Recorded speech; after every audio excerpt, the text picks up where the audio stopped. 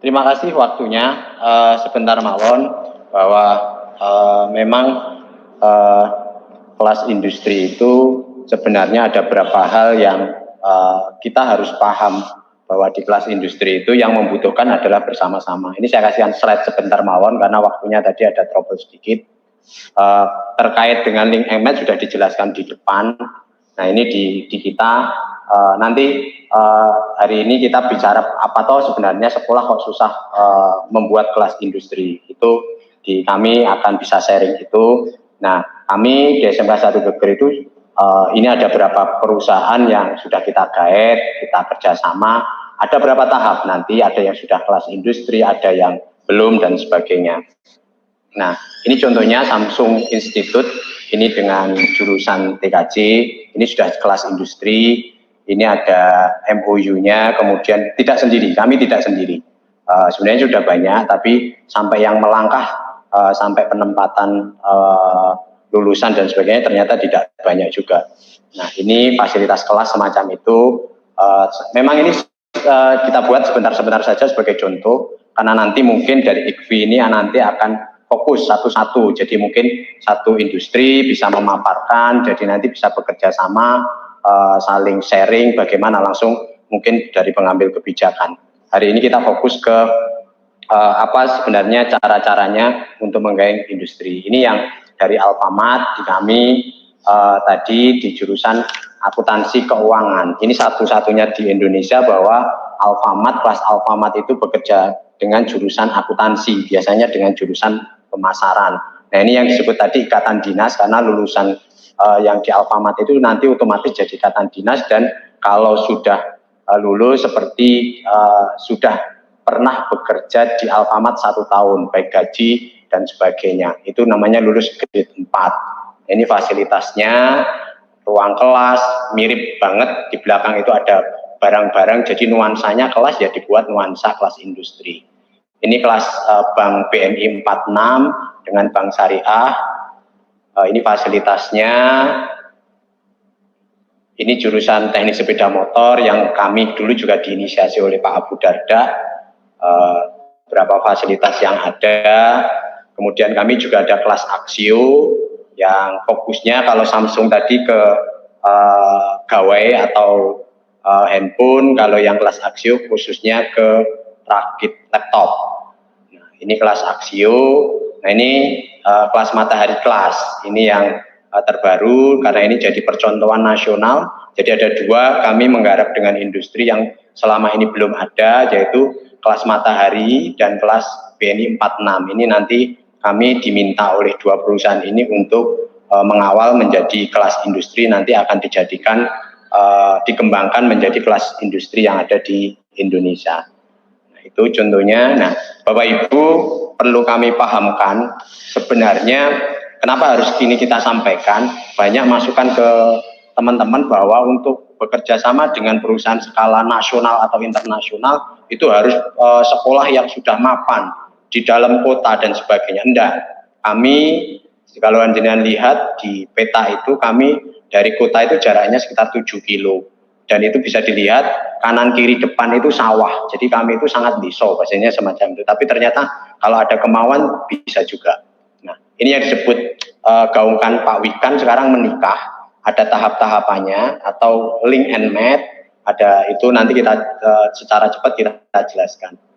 Ini yang membedakan mungkin, dan ini yang harus benar-benar dipahami kenapa kok sekolah itu kadang susah banget kerjasama dengan dunia industri.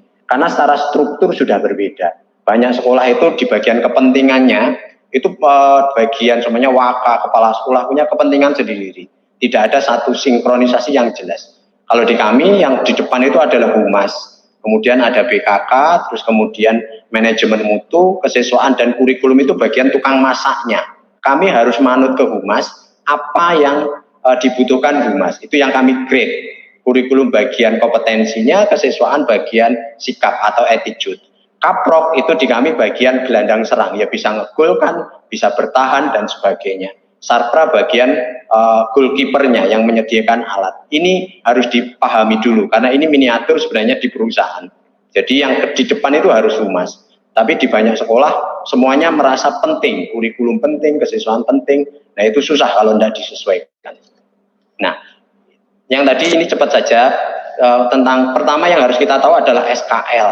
SKL kalau kita pakai standarnya dinas, ini luar biasa indah, sangat luar biasa indah, tapi tidak sesuai dengan kebutuhan industri. Bahasa kita jangan sok tahu, karena banyak sekolah itu sok tahu bahwa lulusannya semacam ini, ternyata tidak bisa terserap oleh pasar dan tidak terukur. Nanti kita kasih contoh bagaimana SKL salah satu dengan dunia industri. Nah ini kalau SKL itu dipecah menjadi dua, yang pertama adalah skill, yang kedua adalah afektif atau sikap atau attitude.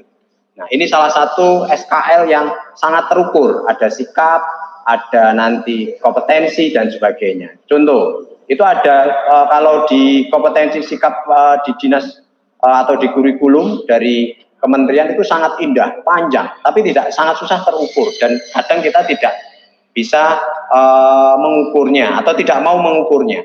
Nah ini kami buat SKL itu sesuai dengan kompetensi atau komunikasi dengan perusahaan. Contohnya jujur, itu grade yang paling awal.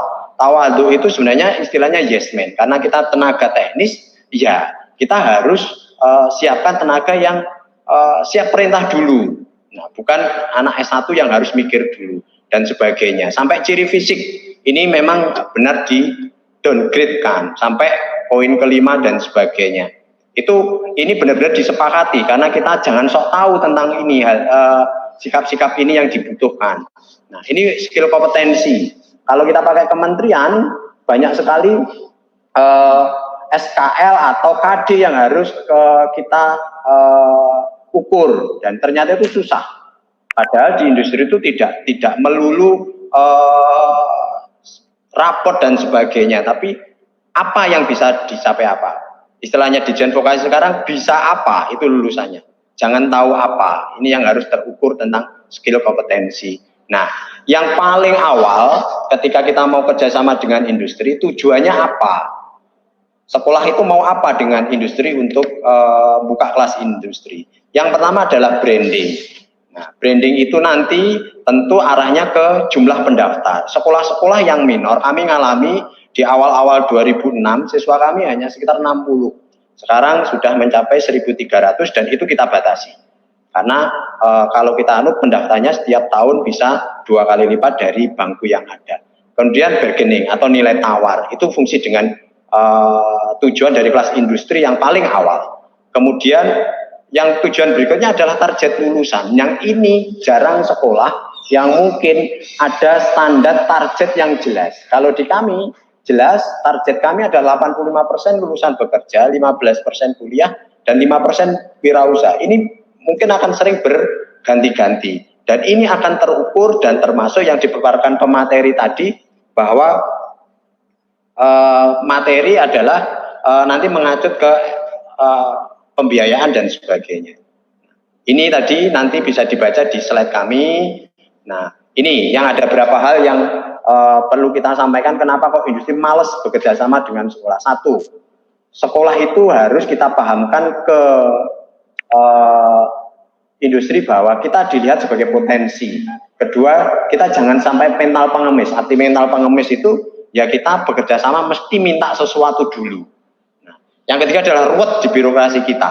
Ini yang kadang kita harus pahami karena dunia industri pengennya cepat. Kemudian kita responsif dan sebagainya. Nah ini yang tadi kita harus berani beda dan sebagainya. Itu saja mungkin presentasi dari kami. Kurang lebihnya mohon maaf, nanti kita bisa lanjutkan lewat tanya jawab.